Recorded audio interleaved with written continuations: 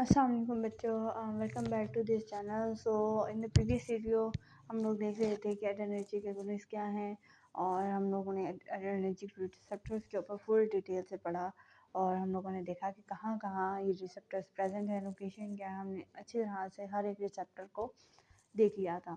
सो अब हम देखते हैं कि एडरेनर्जिक एगोनिस्ट क्या होते हैं। सो एडरेनर्जिक एगोनिस्ट वो सब्सटेंस जो इसकी एक्टिविटी को बढ़ाएं, जो एड्रेनलिन की, एपिनेफ्रिन की एक्टिविटी को इंक्रीज़ करें, ठीक है, उनकी जगह जाके अटैच हो जाएं और जो है ना वो सिंपैथिक एक्टिविटी को इंक्रीज़ करें। तो सिंपली आप एड्रेनर्जिक एगोनिस्ट को कह सकते हैं कि ये सिंपैथोमाइमेटिक्स हैं, और जो ड्रग्स हम देंगे एज अ एड्रेनर्जिक एगोनिस्ट तो वो क्या होंगी हमारी, वो सिंपैथोमाइमेटिक्स ड्रग्स होंगी जो कि सिंपैथेटिक एक्टिविटी को हमारी बॉडी में जाके इंक्रीज़ करेंगी।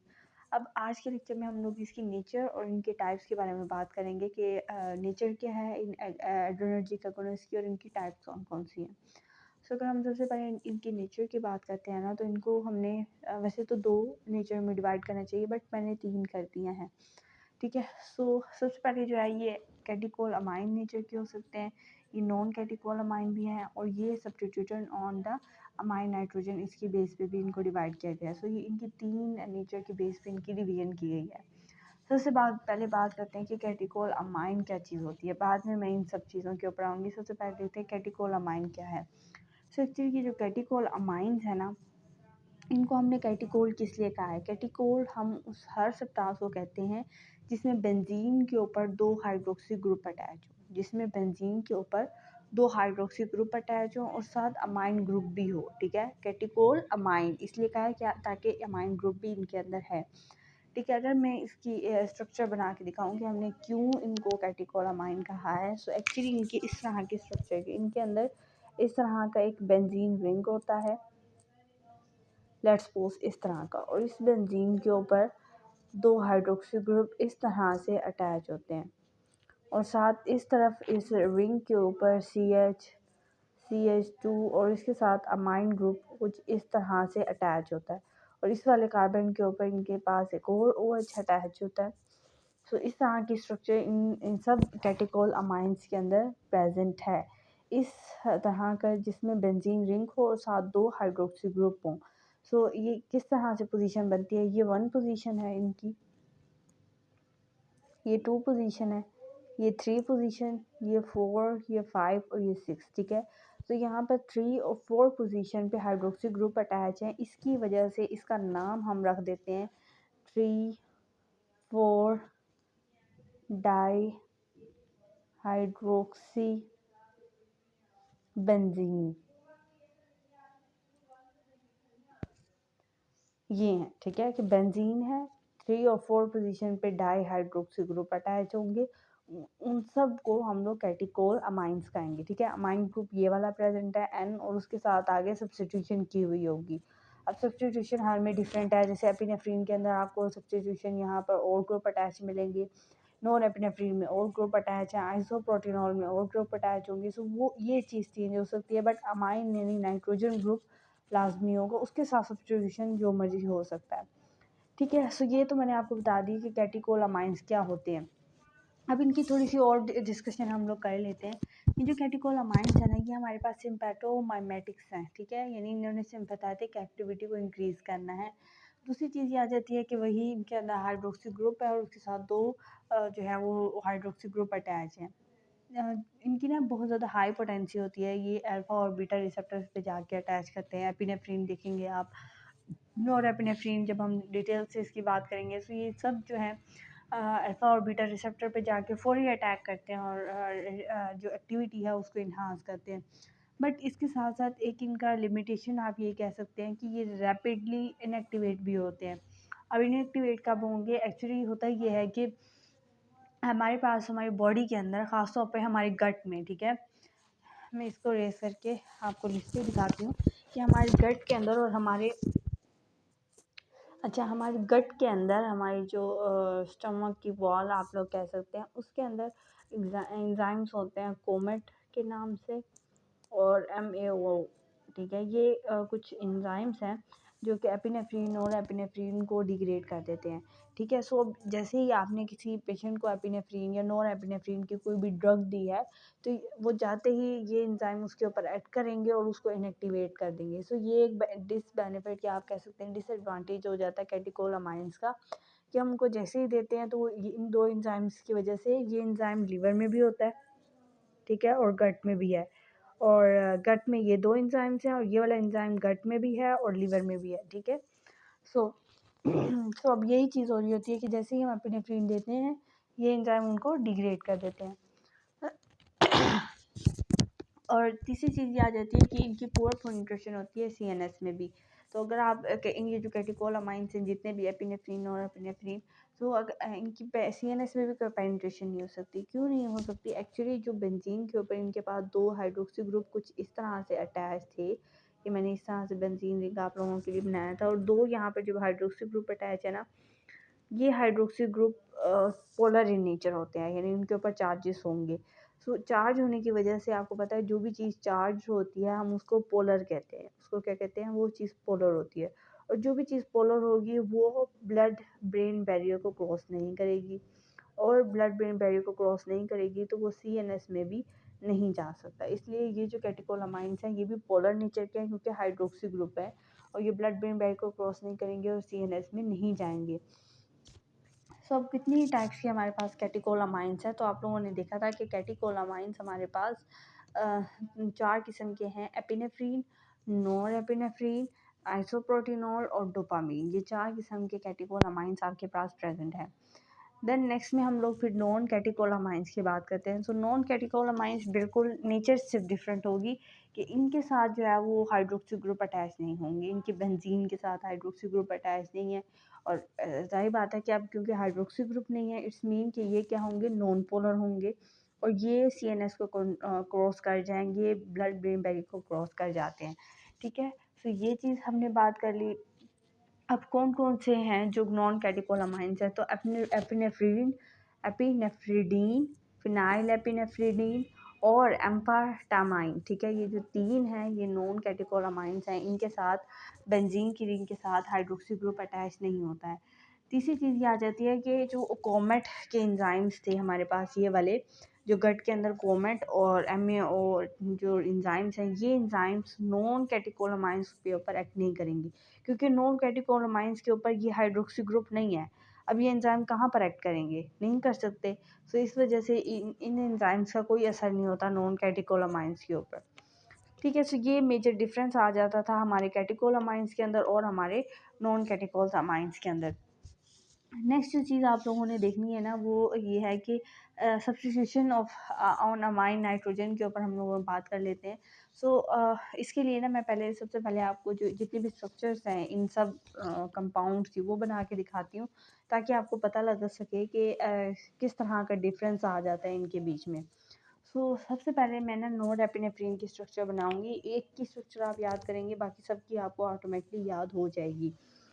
सो एपिनेफ्रिन नॉरएपिनेफ्रिन की स्ट्रक्चर के लिए सबसे पहले आपने ऐसे ही बेंजीन रिंग बनानी है।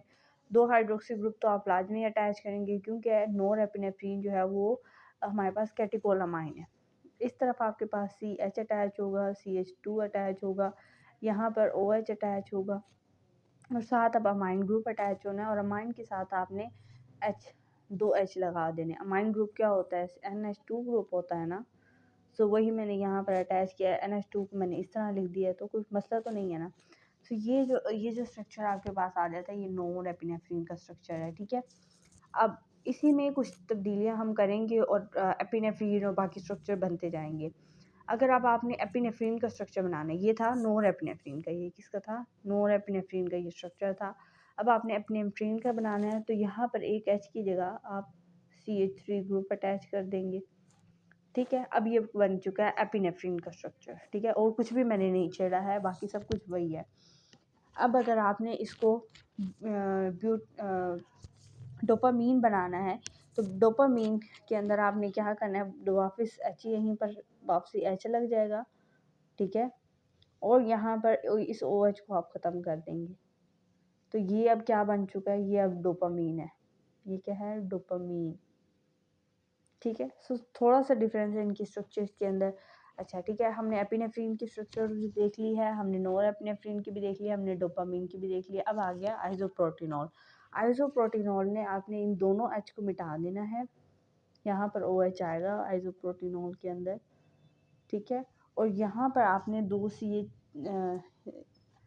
यहाँ पर आप किस तरह से करेंगे, एक तो यहाँ पर एच आएगा, एक यहाँ पर सी एच आपने लगाना है। अब इस सी एच के ऊपर आपने दो सी एच थ्री और लगा देने हैं, दो सी एच थ्री और लगा दें। तो ये अब डोपामीन नहीं है, ये अब आइसोप्रोटिनॉल है, ये अब आइसोप्रोटिनॉल है।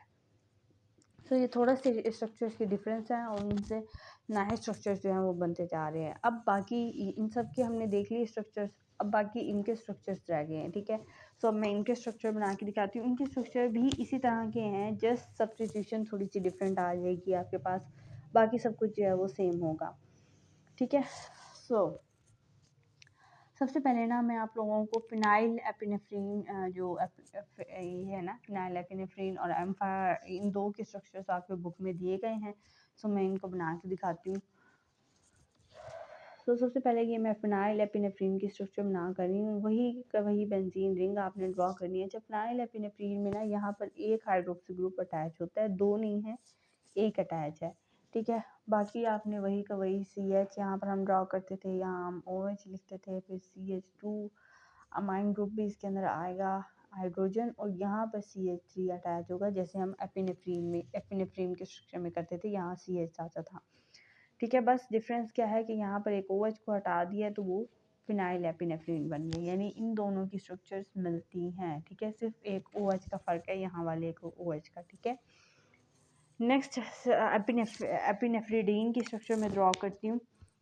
सो एपिनेफ्रिडीन में ना ये वाला ओ एच भी नहीं आना है, ठीक है। ये वाला ओ एच भी आप फिनाइल एपिनेफ्रीन में हटा देंगे, और बाकी आपने एक और यहाँ पर सी एच थ्री यहाँ लगा देना है, ठीक है। सो ये एक और सी एच थ्री यहाँ पर लगा देना है, बाकी और कुछ भी डिफरेंस नहीं करना है।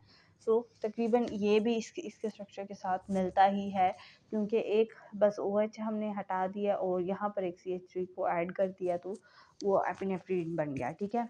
सो अब इनकी स्ट्रक्चर्स आपने देख ली है। अब डिफरेंस क्या है, नाइट्रोजन की सब्स्टिट्यूशन का डिफरेंट है, ठीक है ना। कहीं पर नाइट्रोजन के साथ सी एच थ्री लग रहा था, कहीं पर एच लग रहा था, कहीं पर यहाँ पर सी एच और सी एच टू लग रहा था। सो जहाँ पर हमने सी एच थ्री यहाँ पर जब लगाया था तो वो हमारे पास एपिनेफ्रीन की स्ट्रक्चर बन गई थी। जब हमने हाइड्रोजन लगाया था तो वो नॉन एपिनेफ्रीन बन गया था। जब हमने ये ग्रुप लगाया था, अब ये ग्रुप कुछ भी और नहीं है, जब हमने यहाँ पर नाइट्रोजन के साथ आइसोप्रोटिनॉल की स्ट्रक्चर में मैंने यहाँ पर सी एच बनाया था और दो यहाँ पर सी एच थ्री बनाए थे, ठीक है ना। सो अब मैं इसी ग्रुप को मैं ऐसे भी तो लिख सकती हूँ, सी एच थ्री की ट्वाइस के दो सी एच थ्री के ग्रुप्स हैं, वो सी एच के साथ अटैच हैं, ठीक है ना। सो यही चीज़ मैंने यहीं पर लिखी है कि आइसोप्रोटिनॉल के अंदर ये वाला ग्रुप होता है, ठीक है। सो ये नाइट्रोजन की सब्स्टिट्यूशन के ऊपर डिफरेंस आ जाता है कि किस तरह का हाइड्रोलिटिक वो एगोनिस्ट होगा, और उसमें हमने सबकी स्ट्रक्चर्स भी देख ली हैं और उनका डिफरेंस भी देख लिया है कि क्या उनके अंदर मेजर डिफरेंस आ जाता है, और इसी डिफरेंस की वजह से स्ट्रक्चर्स और उनका एक्शन सब कुछ डिफरेंट हो जाता है। अच्छा, अब हम लोग बात करते हैं कि टाइप्स ऑफ एड्रेनर्जिक एगोनिस्ट के। एड्रेनर्जिक एगोनिस्ट कितनी टाइप्स के हैं, तो मोस्टली ये 3 टाइप्स के हैं, यानी इनका मैकेनिज्म ऑफ एक्शन की बेस पे हमने इनको डिवाइड किया गया और मोस्टली 3 टाइप्स आ जाती हैं इनकी। एक आते हैं डायरेक्ट एक्टिंग। डायरेक्ट एक्टिंग जैसे हमने कोलिनर्जिक एगोनिस्ट में पढ़ा था ना, डायरेक्ट एक्टिंग थे, कुछ इनडायरेक्ट एक्टिंग थे।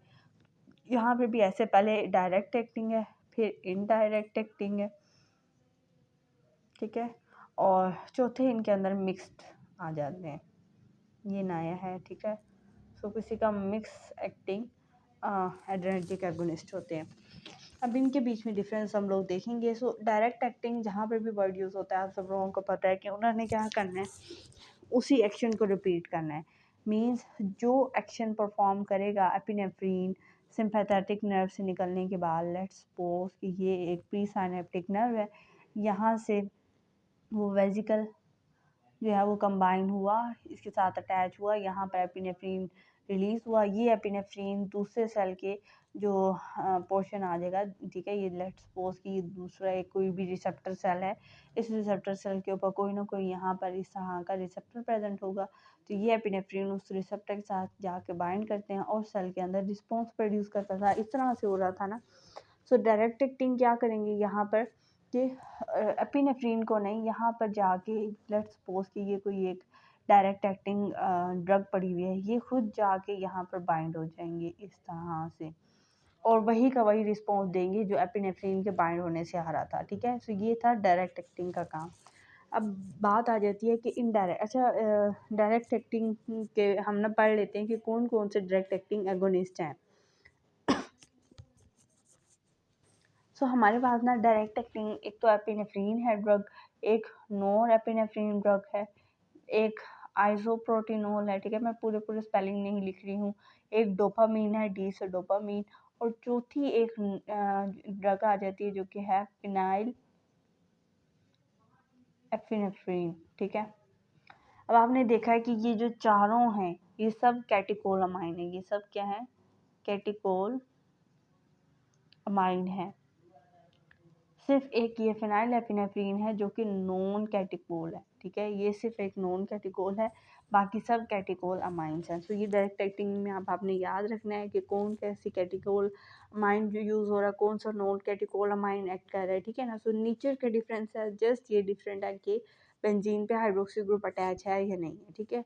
सो अब यहाँ पर अटैच नहीं है तो वो डायरेक्ट एक्टिंग के तौर पे करिए, अगर अटैच है तो भी वो डायरेक्ट एक्टिंग के तौर पे एक्ट कर रही है। अब डायरेक्ट एक्टिंग की बात करने के बाद ना अब हम आ जाते हैं इनडायरेक्ट पे। अब इनडायरेक्ट ने ना डायरेक्टली काम नहीं करना, इसने दूसरी चीज़ों को एक्टिवेट करवाना है, इसने खुद भी जाके अटैच नहीं होना, और इसने जो है ना दूसरों को काम करने के लिए मजबूर करना है। यानी कुछ लोग होते हैं ना जो खुद काम नहीं करते और दूसरों को मजबूर करते हैं काम करने के लिए। सो इनडायरेक्ट एक्टिंग ड्रग्स का भी यही काम है।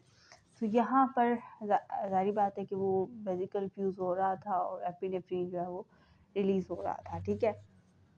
बट आप लोगों को पता है कि 80% जो एपिनेफ्रीन है वो वापसी यहाँ पर एक रीअपटेक का ट्रांसपोर्टर होता है, वो इन सबको वापसी रीअपटेक कर लेता है।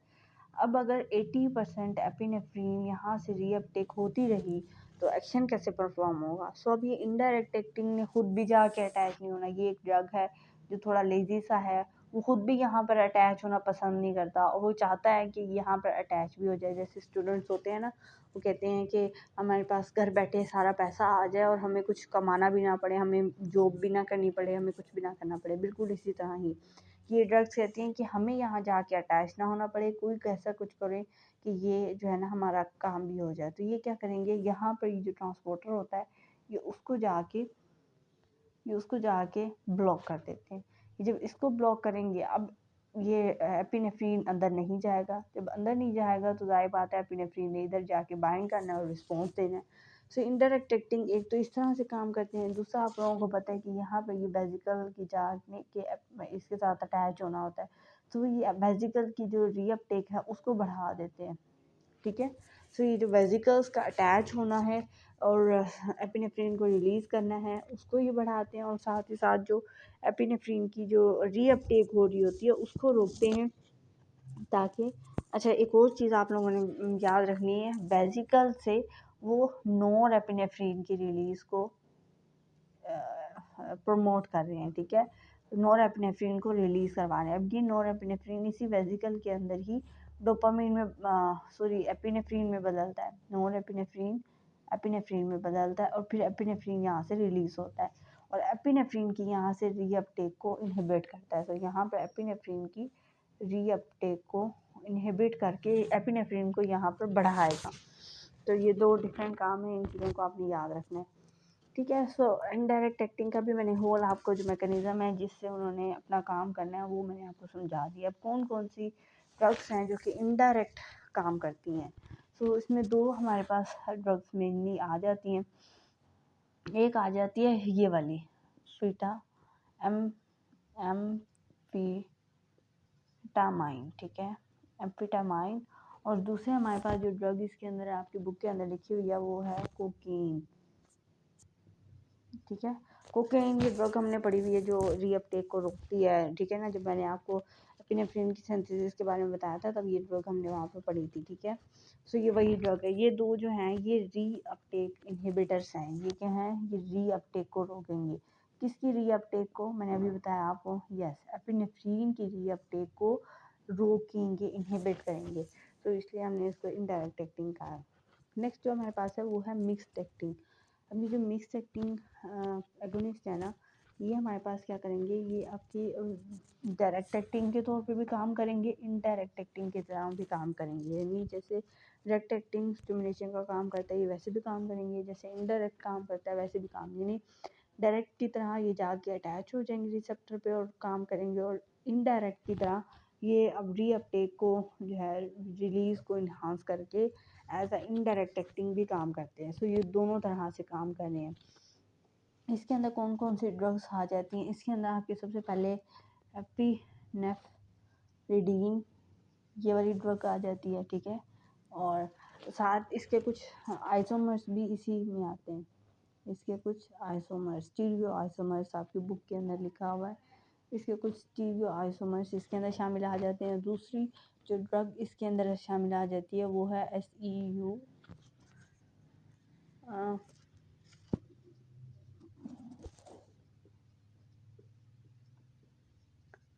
सुपिस्यूडो एपिनेफ्रिन, ठीक है। ये दो ड्रग्स हैं जो कि इसके अंदर शामिल हैं मिक्स एक्टिंग के अंदर।